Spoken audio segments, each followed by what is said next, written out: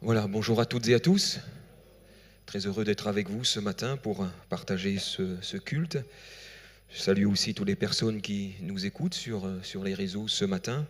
Et nous croyons que le Seigneur a une parole encore à déposer dans chacun de nos cœurs, pour celles et ceux qui sont présents, mais pour celles et ceux qui nous écoutent aussi au loin. Que Dieu puisse nous bénir toutes et tous. Amen. Ça faisait un petit moment que je ne vous avais pas vu, Église de Saint-Pierre. Je crois que c'était le dernier message, c'était au mois de novembre ou octobre, je ne sais plus trop.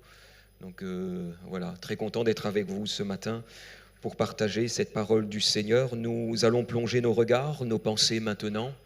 Et je crois que le Seigneur a une parole pour chacun d'entre nous.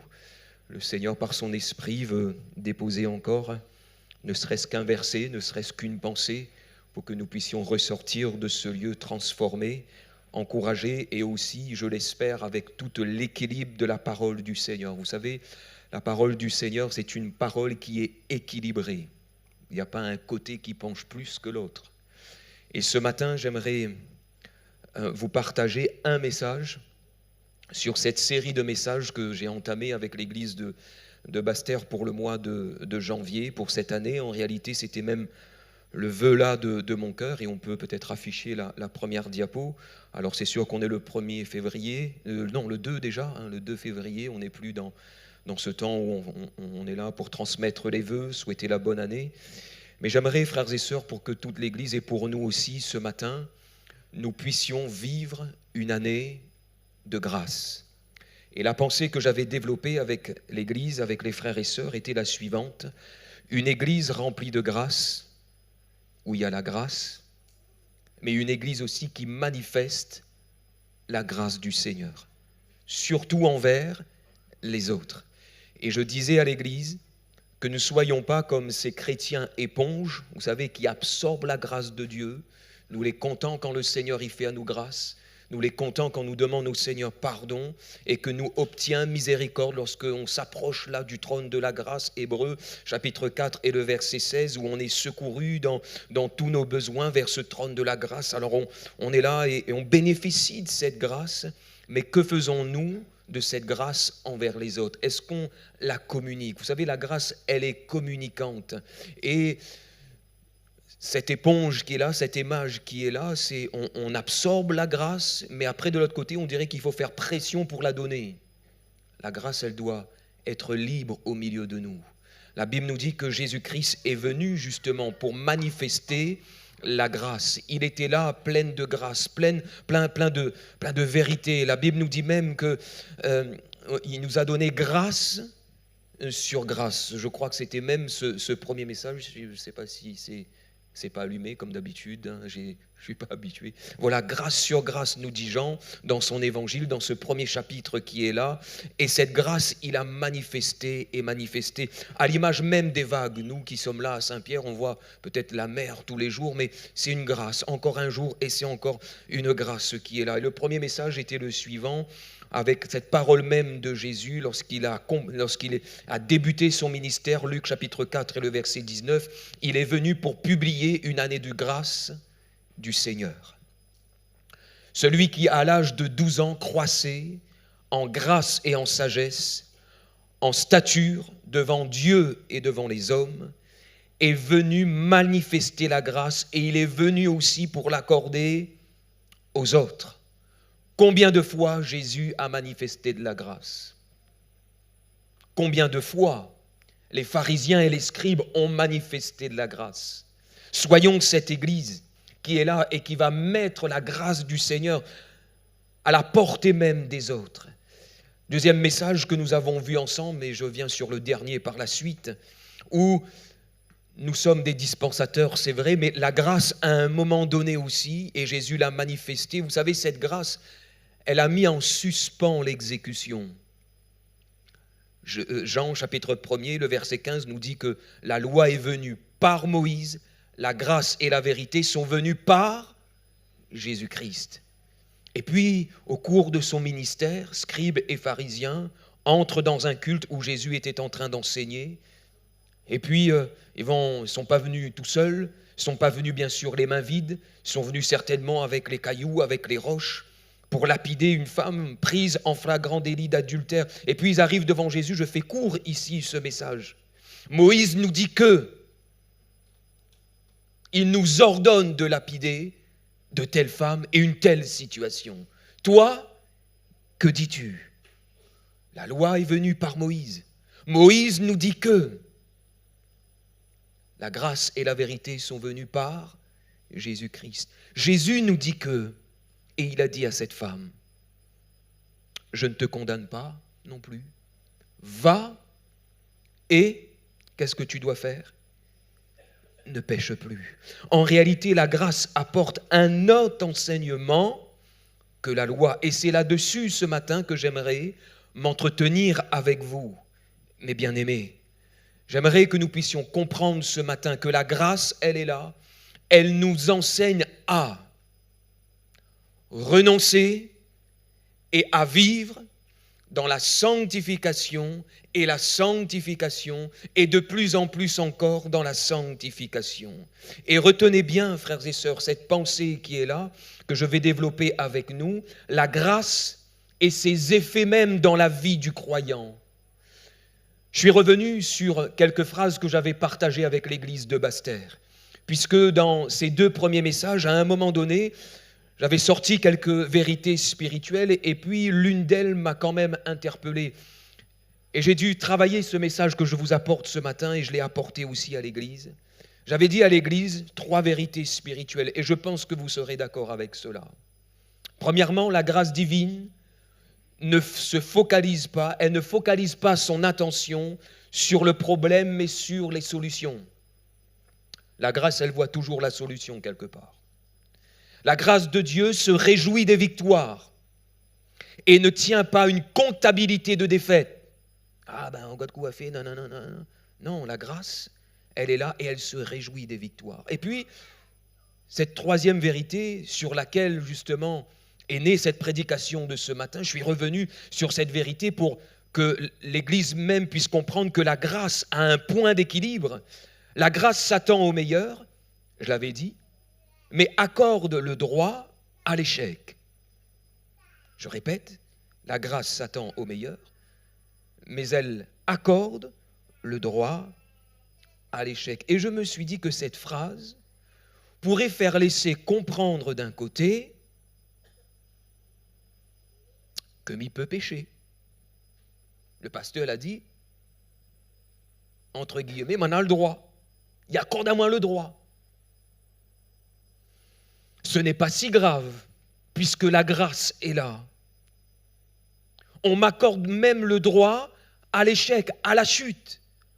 On dirait même à un péché, ou voire même à un petit péché. La grâce de Dieu, frères et sœurs, Église de Jésus-Christ, la grâce de Dieu n'est absolument pas compatible avec la tolérance. Et nous vivons aujourd'hui dans le monde qui est là, mais même en ce qui concerne la spiritualité, nous vivons aujourd'hui dans un monde même évangélique, voire même peut-être avec cette branche évangélique pentecôtiste, où on dirait qu'il faut qu'on tolère tout. Et que de l'autre côté, ce n'est pas si grave. Quand on regarde les Écritures, Dieu est miséricordieux. C'est vrai ou pas? Je dis oui en premier avant vous. Que le Seigneur est plein de pardon, est-ce que c'est vrai ou pas? Nous disons oui. Que Dieu est plein d'amour, qu'il est amour, et nous disons oui. Alors de l'autre côté, il va me faire grâce. Il va nous faire grâce. Si nous avons cette pensée dans notre cœur, la grâce de Dieu pour nous, elle signifie ceci, ce que j'appelle la grâce essuie-glace. Nous appuyons sur la petite manette, et il efface tout, il envole de l'autre côté, il envole dans le fond de caniveau, et on continue notre chemin. Ou encore la grâce essuie tout, ça essuie tout. Tu passes un petit coup dessus et puis il est fini. Et on tombe dans la grâce que je nomme la facilité. Je fais une petite prière, une prière facile de demander pardon. Facile de réclamer la grâce du Seigneur, la miséricorde du Seigneur. Mais là encore, j'aimerais vous interpeller, frères et sœurs, par la pensée même de l'Esprit. L'auteur de la grâce, Jésus-Christ, celui qui est venu pour manifester la grâce. Si je reste sur cette prière facile pour nous, est-ce que ça a été une prière facile pour Jésus lorsqu'il était à Gethsémané? Vous vous souvenez de Gethsémané? Ça a été facile pour Jésus? Où il prie pour connaître la volonté de son Père? Où il est là en communion, et Luc nous dit même que cette communion est intense. Ce n'est pas simple, il est touché dans son corps, dans son âme, dans son esprit. Il est là même dans ce combat spirituel. Et le diable veille encore une occasion favorable pour empêcher Jésus justement d'aller jusqu'au lieu même de la manifestation, le summum même où il va manifester la grâce. Et puis il est là, il combat. Ça n'a pas été facile pour Jésus de faire cette prière, la prière même là à Gethsémané. Ça n'a pas été facile pour Jésus lorsqu'il était à la croix, demandant même pardon pour l'humanité. Ô Père, pardonne-leur car ils ne savent ce qu'ils font. Ça a été facile pour Jésus de déclarer de telles pensées et une telle parole. Jésus n'a pas été à la croix. Il n'est pas sorti de Gethsémané comme cela, la fleur au fusil en disant « Moi, c'est le Fils de Dieu, de toute manière, voilà, c'est moi. » Il n'est pas allé sur le chemin de la croix, la fleur au fusil, non. Il n'est pas monté sur le bois de la croix, sur le mont du Calvaire, la fleur au fusil, non. Ça n'a pas été simple pour Jésus, en tant qu'homme, de subir cela, les souffrances, les clous dans les mains. Nous, des fois, on a un petit affaire, il écorche à nous, et puis il nous crie, ouaïaïa, mais Jésus, les clous dans ses mains, les clous dans ses pieds, son corps qui est maintenu là par son poids, avec ces meurtrissures qui sont là, avec la couronne d'épines, son crâne qui est déjà bien meurtri, puisqu'on a enfoncé cette couronne d'épines. Ça n'a pas été facile pour Jésus.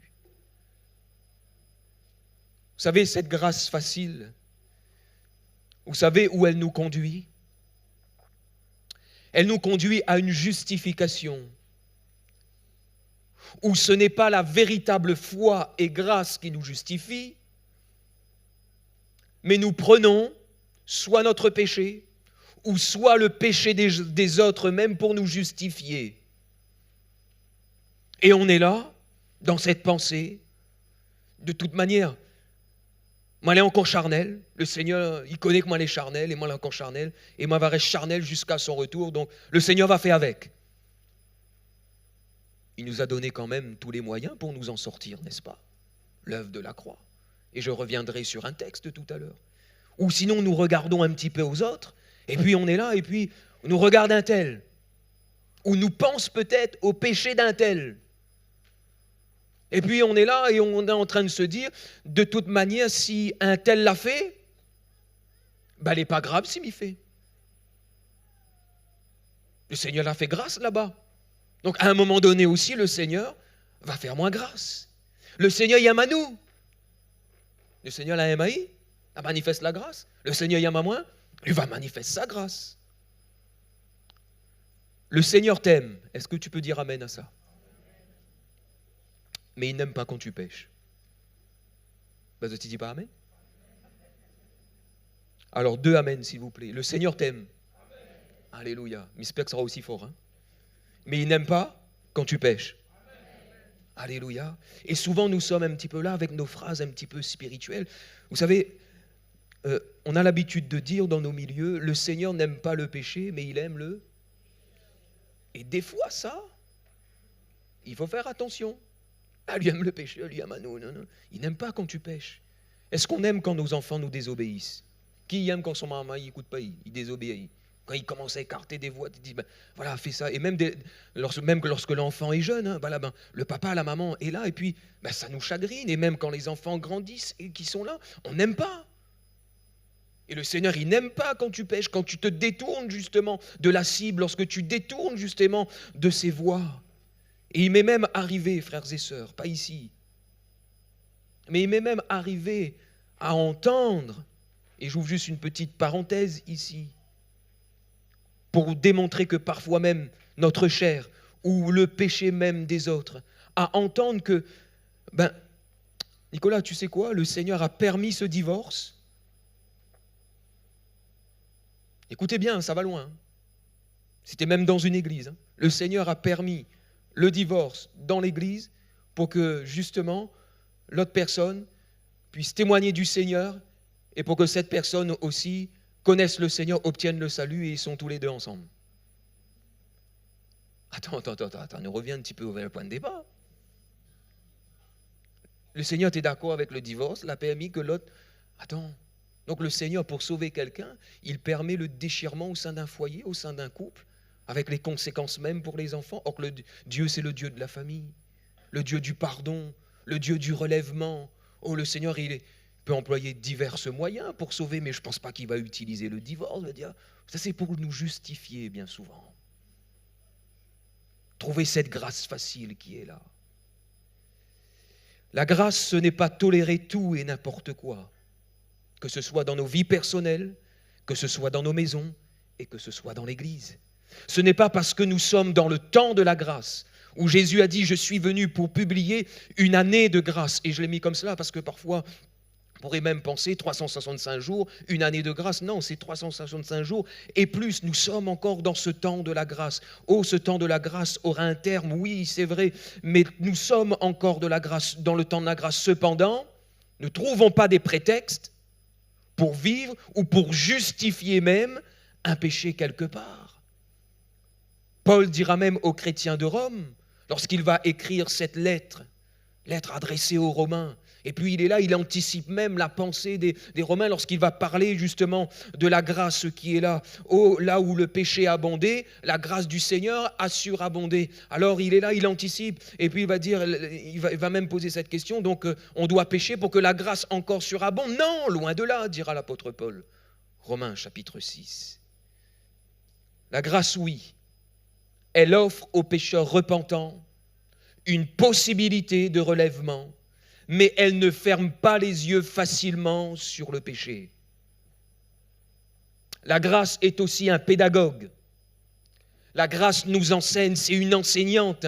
Elle veut nous apprendre et à nous faire comprendre que la grâce de Dieu, selon les Saintes Écritures manifestées dans l'œuvre de Jésus-Christ à la croix, frères et sœurs, que nous devons avoir une ligne de conduite sincère, réelle et vraie. Et j'en veux pour témoin plusieurs textes. Et nous ferons quelques lectures ensemble, s'il vous plaît. Regardons ce que dit Paul justement aux chrétiens de Rome. Romains chapitre 5. Quelques lectures vite fait.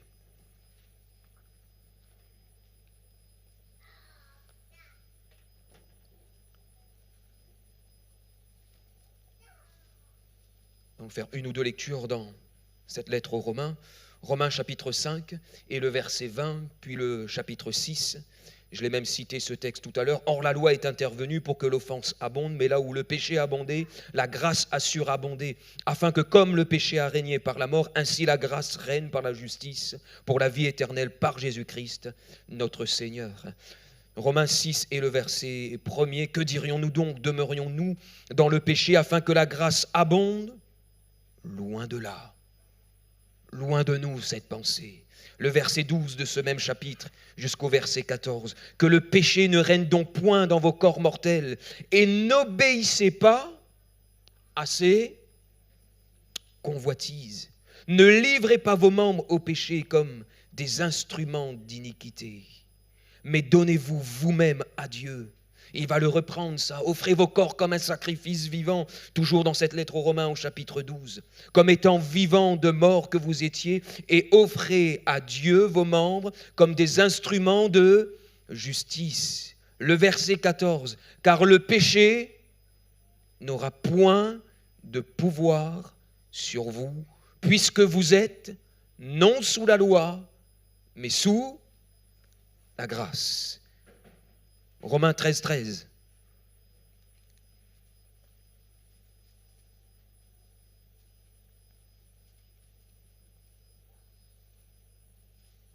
Nous ferons encore 3 lectures après. Marchons honnêtement comme en plein jour, loin des orgies et de l'ivrognerie, de la luxure et de la débauche, des querelles et des jalousies. Mais revêtez-vous du Seigneur Jésus-Christ et n'ayez pas soin de la chair pour satisfaire les convoitises. Regardons ce que Paul dit aux chrétiens de Galates. Galates chapitre 5 et le verset 13. Je lis pour vous, pour qu'on puisse gagner un petit peu de temps. Frères, sœurs, vous avez été appelés à la liberté. Nous l'avons même entendu ce matin. Seulement, ne faites pas de cette liberté un prétexte de vivre selon la chair. Et puis regardons ce que dit Jude.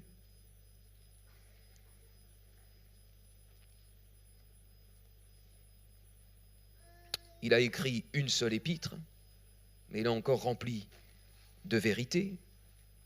Le verset 3.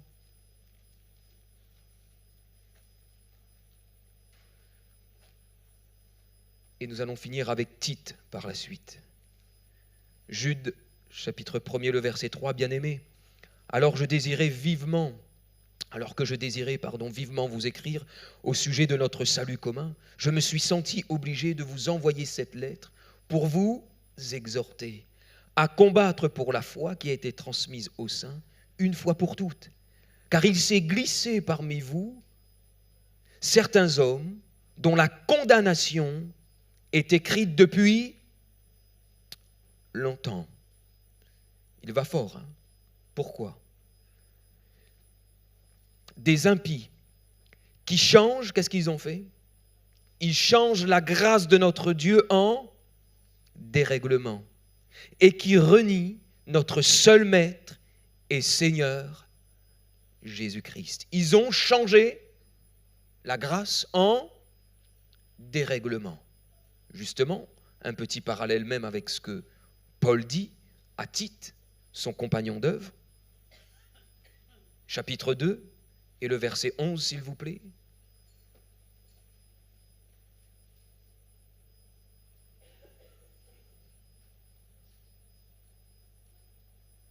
Il était parlé de l'iniquité, il était parlé de la grâce, il était parlé du dérèglement. Voici ce que la grâce fait. Car la grâce de Dieu, source de salut pour tous les hommes, a été manifestée. Pédagogue, une enseignante, elle nous enseigne à renoncer à l'impiété et aux convoitises mondaines et à vivre dans le siècle présent selon la sagesse, la justice et la piété. Pourquoi faire aussi la grâce? Elle nous enseigne. Pour attendre la bienheureuse espérance et la manifestation de la gloire de notre grand Dieu et Sauveur Jésus-Christ. Il s'est donné lui-même pour nous afin de nous racheter de toute iniquité et de se faire un peuple qui lui appartienne, purifié par lui et zélé pour tous les hommes. Dis ces choses, exhorte et reprend avec une pleine autorité, que personne ne te méprise. Amen. Amen. Dans Jude, il était question de impie. Dans Tite, il est question de renoncer à l'impiété. Dans Jude, il était question de changer la grâce en dérèglement et de renier notre seul Maître et Seigneur Jésus-Christ. Dans Tite, il nous demande justement, Paul demande, mais la grâce nous demande en réalité de renoncer. Et de renoncer à quoi? De renoncer à l'impiété et de renoncer aux convoitises mondaines. L'ensemble, frères et sœurs, de ces versets démontre clairement que la grâce de Dieu, celle qui a été manifestée d'une manière pure, excellente, enrichissante, la grâce même du Seigneur. La grâce du Seigneur démontre qu'elle ne peut pas tolérer, ne serait-ce qu'une petite goutte de péché. Ne serait-ce qu'une petite goutte, ne serait-ce qu'un gramme. Parce que parfois même on est là et on pense qu'il faut être carrément dans un gros péché. On fait on est là et puis on compare un petit peu les péchés. Pour nous, on dirait qu'il y a des gros péchés. Ah ben, on n'est pas là-dedans. Oui, mais parfois c'est très subtil. La chair, elle est là et elle veut nous faire comprendre, oui, mais c'est pas bien grave. Les querelles, les jalousies, les disputes, ça c'est quoi? C'est la chair qui est là, le dérèglement, l'impureté, toutes ces choses qui sont là, qui sont en réalité dans le monde, mais qui peuvent aussi, frères et sœurs, nous atteindre, puisque nous sommes encore dans ce corps charnel qui est là. Et si ces choses sont là, si nous ne les maintenons pas, frères et sœurs, captives à l'obéissance même de Christ, que ce soit nos pensées, que ce soit notre corps, Christ à la croix, oh, il a vaincu la chair, et en Jésus-Christ, la grâce qui a été manifestée, il me semble que nous pouvons vaincre la chair. La grâce a été manifestée pour que nous soyons libres, et nous l'avons entendu ce matin dans des dons spirituels, et nous l'avons aussi entendu par la suite être des vainqueurs. Et je l'ai mis comme ceci, la grâce a été manifestée pour que nous soyons libres et vainqueurs sur le péché. Amen. Et pas un prétexte pour vivre dans nos faiblesses charnelles. Romains 6, 14. Car le péché n'aura point de pouvoir sur vous. Le péché n'a plus son pouvoir sur l'Église même de Jésus-Christ, sur ses rachetés, frères et sœurs. Nous ne sommes plus sous la loi, c'est vrai, mais nous sommes sous la grâce. Et lorsque nous sommes sur la grâce, elle m'enseigne maintenant de renoncer à toutes ces choses que Jésus a vaincues pour moi à la croix de Golgotha. Ce que Paul transmet à Tite et ce que Tite doit prêcher aux églises est que la grâce est apparue pour le salut. Elle a été manifestée avant tout pour le salut. Et ensuite, elle nous enseigne à renoncer aux convoitises et à marcher dans la sanctification et nous faire vivre aussi dans une autre manifestation, elle aussi bienheureuse, frères et sœurs, le retour même de Jésus-Christ. La grâce nous permet de vivre cela. Elle a été manifestée, elle a été rendue visible. Épiphanée en grec, pas typhlophanée, On dit à un moment donné, le pasteur dit non, c'est pas typhlophanée, c'est épiphanie. Elle a été visible dans la personne même de Jésus-Christ. Elle a emmené à la lumière la manifestation de la grâce salutaire de Dieu. Ne peut avoir d'autre but final que la complète sanctification de l'homme pécheur. Elle nous enseigne à aimer la sanctification. Beaucoup plus que le péché. Et souvent le diable, il est là, avec nos désirs charnels, à chérir d'un côté, et peut-être même dans ce qui est sombre, dans ce que personne ne connaît, dans ce que personne ne voit, pour satisfaire notre convoitise charnelle, les désirs charnels qui sont là, nous emmènent, et ils nous emmènent à aimer, à chérir, et à nous dire, c'est pas grave, demande pardon, Jésus va pardonner à vous. Mais il me semble que la grâce aussi, elle nous rend libres, elle nous rend totalement libres, elle nous délivre, frères et sœurs, la grâce aussi du Seigneur. Elle nous donne la force de marcher de sanctification en sanctification. Elle veut nous responsabiliser dans notre comportement. La grâce, elle est là aussi, nous qui sommes disciples de Jésus-Christ, la grâce, elle est là pour nous discipliner. Elle nous rend capables maintenant d'obéir. Elle nous rend capables justement d'obéir aux instructions et elle nous donne des instructions. Elle est là pour nous former. Elle nous enseigne ce mot qui est là en grec. C'est former, c'est éduquer, c'est discipliner, c'est même châtier lorsqu'il le faut pour emmener justement dans ce qui est droit. Elle s'adresse à nous dans notre temps. Elle s'adresse à nous, la grâce de Dieu, elle nous enseigne dans notre temps, dans notre génération, et elle emmène comme un réglage justement de nos pensées, avec les pensées même de l'esprit. Négligez pas, ne négligeons pas notre responsabilité envers la grâce de Dieu. Vous savez, si nous négligeons notre responsabilité envers cette grâce, nous allons de l'autre côté déprécier l'amour même de Christ, son sacrifice à la croix de Golgotha. La grâce de Dieu n'a pas été une grâce low cost, facile, discount, bon marché, soldé. Non, la grâce de Dieu, source de salut justement pour le monde. Elle nous enseigne à faire quoi? À renoncer. Elle nous enseigne à dire non. Elle nous enseigne littéralement à ne pas accepter. La grâce, elle est là. Elle me dit de rejeter, de refuser une chose mauvaise qui m'est offerte, une chose mauvaise qui se présente même devant moi, une chose mauvaise même qui pourrait effleurer mes pensées. La grâce de Dieu, elle me dit non, refuse ces choses. Que le péché ne règne pas dans votre corps mortel et n'obéissez pas à ses convoitises. Elle nous enseigne à renoncer à l'impiété, à tout ce qui est contre Dieu, à tout ce qui est contre les valeurs mêmes de Dieu, à tout ce qui est contre les saintes Écritures. La grâce nous demande justement de refuser toutes ces choses, aux convoitises mondaines, aux attraits même de ce monde, à la mentalité même de ce monde, aux convoitises, frères et sœurs, voire même aux convoitises des richesses qui sont là dans le monde. La Bible nous dit justement, car là où est ton trésor, là aussi sera ton cœur, et nous devons placer plus nos billes du côté du ciel que dans les choses mêmes de ce monde. Si nous avons un travail, si nous avons un toit, si nous avons à manger, si nous avons nos vêtements, nous peut dire merci Seigneur, c'est tout ce qu'il nous faut sur cette terre, oui ou non?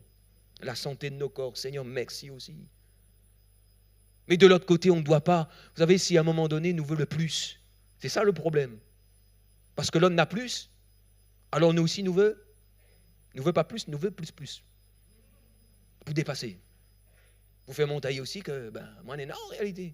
Et puis on est là, on est dans la convoitise, et puis on est là, on s'enclenche même dans toutes sortes de pensées, et puis on est là même parfois même dans une sorte de comparaison. Non, mais il me semble que Jésus a même dit à maintes reprises qu'il n'en soit pas ainsi au milieu de vous. Nous ne vivons plus comme le monde, comme la mentalité même du monde qui est là, frères et sœurs. La convoitise de la puissance, la convoitise de la célébrité, la convoitise du plaisir. Convoitise même du plaisir, c'est un danger aussi. Et parfois on est là, m'a fait plaisir moi un coup. Puis tout ça des années, m'a fait plaisir moi un coup. Aimant le plaisir plus que Dieu. Ne voudrais-tu pas faire plaisir plus à Dieu que à toi-même? Est-ce que c'est toi réellement qui compte, et toi, ou c'est ton Dieu? Jean nous dit ceci, n'aimez pas le monde des convoitises de ce monde, ni les choses qui sont dans le monde. Si quelqu'un aime le monde, l'amour du Père n'est point en lui. Renonce à ces choses. Dis non. Et certainement qu'il y a quelqu'un ce matin, ou peut-être nombreuses sont les personnes qui ont besoin de refuser, de dire Seigneur, oui, tu m'as donné ta grâce. Seigneur, ta grâce, elle est dans mon cœur, elle est dans ma vie. Ce matin même, je me suis approché du trône de la grâce et de cette table de la grâce. Maintenant, le Saint-Esprit, ce matin, veut t'éclairer et pour te dire maintenant que pour cette semaine, tu dois maintenant dire non aux choses de ce monde. Tu dois dire non au désir même peut-être charnel qui est là. Tu dois mettre un terme à cela. L'Esprit de Dieu te dit, c'est à toi de dire non. De l'autre côté, je vais t'aider, je vais te soutenir, mais c'est toi qui prends le point de départ, c'est ta responsabilité. Pense à ce que Jésus a fait pour toi à la croix. La grâce du Seigneur, elle est là, oui. La grâce du Seigneur, elle a été manifestée. Et si elle a été manifestée, ce n'est pas pour que le péché règne encore dans ton corps. Non, tu es libre maintenant en Jésus-Christ. Et ne dis pas et ne dis plus, ce n'est pas si grave. Lorsque nous péchons, frères et sœurs, c'est grave. Et qu'importe la forme du péché, même le plus petit des mensonges, vous savez que c'est grave, même le plus petit, celui qui à nos yeux vaut 0,000001. C'est grave. Puisque la Bible me dit qu'il n'y a pas de petit, de grand péché ou de mensonge. La Bible me dit que le père du mensonge, c'est même celui qui fait 0,00001. Le père du mensonge, c'est le diable. Alors que le Seigneur nous aide à découvrir et de plus en plus cette grâce qui nous enseigne à vivre. Elle possède une éthique, un comportement, à vivre, frères et sœurs, sobrement, à vivre dans la sagesse, à vivre avec un esprit saint, dans un corps saint, frères et sœurs, à vivre, frères et sœurs, avec ce tempérament même de l'esprit, à vivre selon les enseignements même du Seigneur, à vivre dans la justice et dans ce qui est droit, dans ce qui est conforme. Est-ce que nous accomplissons toujours ce qui est droit ? Est-ce que la droiture fait partie de ta vie? Est-ce que ton oui, c'est oui? Est-ce que ton non, c'est non? Est-ce que tu es droit? Personne loyale. Est-ce que tu es droit dans tes affaires? Est-ce que tu es droit dans tes papiers? Est-ce que tu es droit dans ton entreprise? Est-ce que tu es droit dans ce qui concerne même peut-être ta vie de couple? Est-ce que tu es droit envers ton épouse? Est-ce que tu es droite envers même ton époux? Cher enfant, est-ce que vous êtes droit envers vos parents? Est-ce que la droiture est dans votre cœur? Cher adolescent, cher jeune, est-ce que tu es droit? Est-ce que tu vis toujours dans cette vérité qui est là, mais aussi dans cette pureté? Est-ce que nous sommes droits, frères et sœurs? Frères et sœurs, quand c'est pas vrai, c'est pas vrai. Quand c'est vrai, c'est vrai.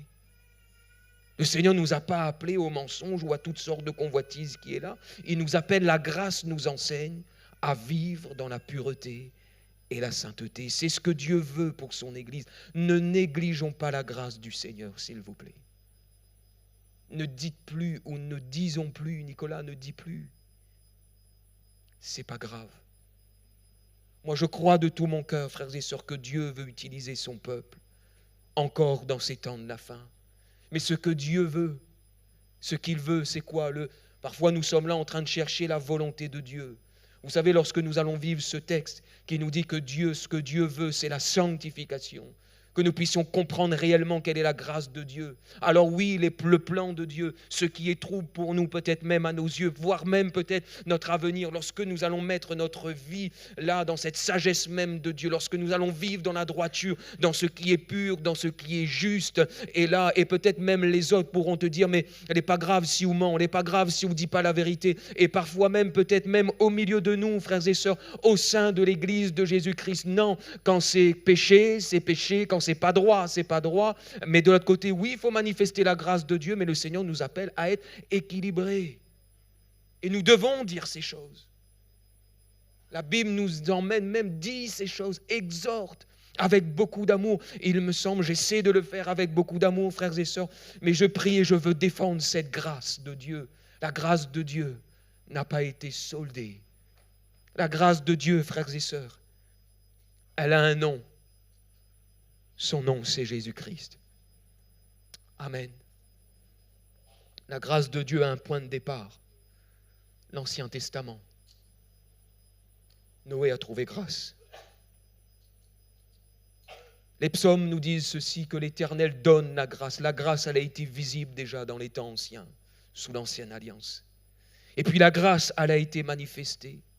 La grâce, elle possède un nom, Jésus.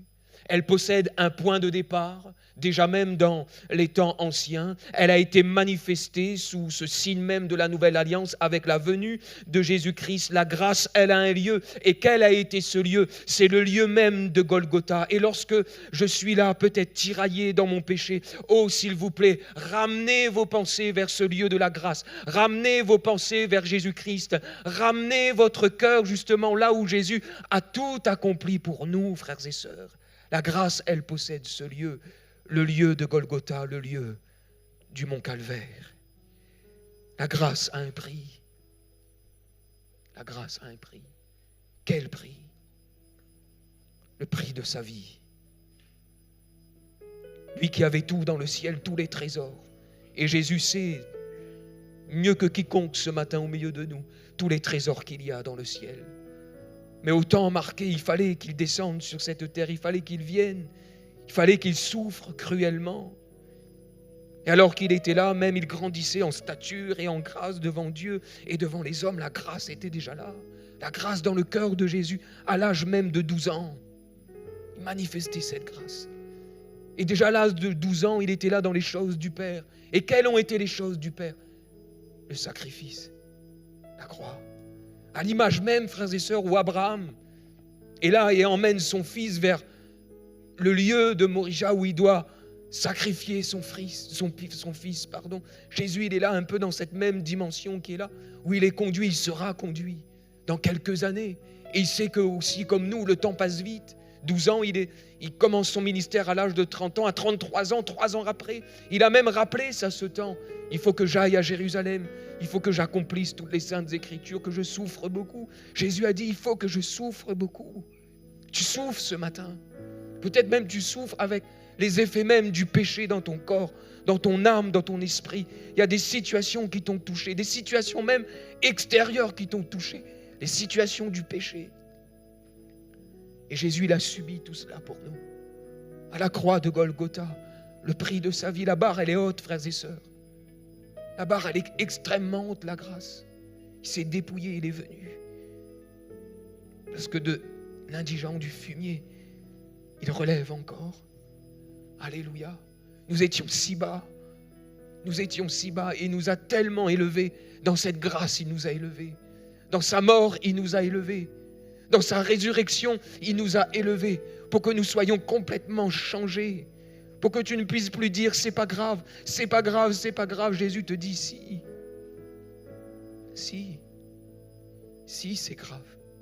À chaque pas que je faisais sur ce chemin de la croix, ça a été un pas de douleur. Ça a été encore un pas de douleur. Et lorsque nous comprenons la manifestation de la grâce de Dieu, cela nous permet de renoncer au péché sous quelque forme que ce soit. J'aimerais prier le Seigneur avec vous et avoir ce temps de prière, s'il vous plaît. Parce que la grâce de l'autre côté, elle a ce pouvoir de nous transformer à l'image même de Christ. Elle veut te transformer ce matin. Elle veut te libérer. Alléluia. Si tu vis maintenant dans cette grâce, tu seras conduit et tu resteras sur ce chemin qui te conduit vers le ciel. Si pour toi la grâce est là, facile, le Seigneur va bien me pardonner, le Seigneur va bien me faire miséricorde.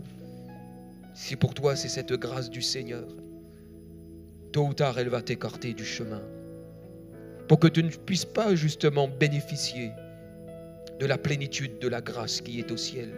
Alors au ciel, c'est vrai, il n'y aura plus cette grâce qui sera là. Mais le ciel, la grâce nous emmène dans ce lieu de paix, de joie, d'amour, de bonté, où nous allons enfin réaliser au ciel que c'est par grâce. Si nous sommes, lorsque nous serons au ciel, Seigneur, si je suis là, c'est par ta grâce. Et déjà là, même peut-être sur la terre, est-ce que tu pourrais dire ce matin au Seigneur, Seigneur, si je suis là, en ce moment, ce matin, si j'entends ta parole, c'est bien l'effet de ta grâce. Alléluia. Et Seigneur, je veux tout faire. Je prends ma responsabilité pour me détourner des choses mauvaises, des choses peut-être insignifiantes à mes yeux, des péchés peut-être comme insignifiants, tout petits. Seigneur, mais ce matin, Seigneur, tu es le Dieu aussi du détail et tu mets ton doigt sur quelques détails de ma vie qui ne te convient pas. Alléluia. Voudrais-tu ce matin dire, Seigneur, je veux remettre de l'ordre. Alléluia, dans ma vie. Seigneur, je veux être libre ce matin. Alléluia. Alléluia. Peut-être même le joug du péché là. Alléluia. Galates chapitre 5, le verset 1er. C'est pour la liberté que Christ vous a affranchi. Demeurez donc ferme. Et ne vous laissez pas à nouveau vous remettre encore sous le joug même du péché. Es-tu pas fatigué ce matin de vivre avec ce péché? Es-tu pas épuisé ce matin de vivre avec ce péché? Ou peut-être que pour toi c'est devenu normal. Mais si tu es comme las, découragé, affaibli, peut-être même que tu es là et tu fais face aussi à certaines images qui est là. Et les personnes pensent que tu es réellement cette personne. En réalité, à l'intérieur, tu n'es pas du tout cette personne que l'on pense de toi.